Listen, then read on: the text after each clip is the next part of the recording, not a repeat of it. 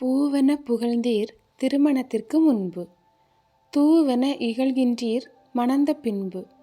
பொன்னே மணியே என்றீர் திருமணப் புதிதில், கண்டும் காணாமல் நடிக்கின்றீர் வருடங்கள் கழிந்த பின்னால். அன்போடு பயணித்தீர் குழந்தை பெறும் முன்பு, எரிஞ்சு எரிஞ்சு விழுகின்றீர் குழந்தை பெற்ற பின்பு. பூவென புகழ்ந்த நீர் பூ கருக அடுப்பங்கலையில் விடுவதேன்? மகராசி ஓய்வில்லாமல் உன் பசியாற்றிக் கொண்டிருக்கிறாள் குணமாறாமல்.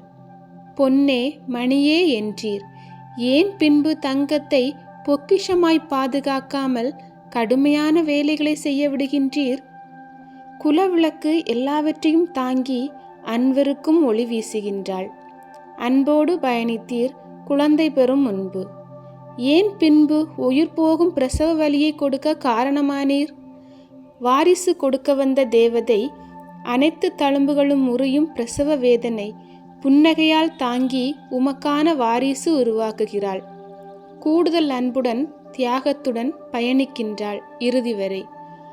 ஆண் பெண்ணுக்கு வில்லங்கமாகவும் பெண் அனைத்துக்கும் ஈடு கொடுக்கும் பெருந்தகையாகவும் திகழ்கிறாள்.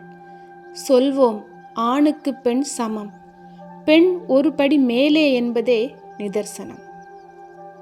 படித்தேன், பகிர்ந்தேன். வீடியோ பிடிச்சிருந்தா மறக்காம சேனலை சப்ஸ்கிரைப் பண்ணுங்க.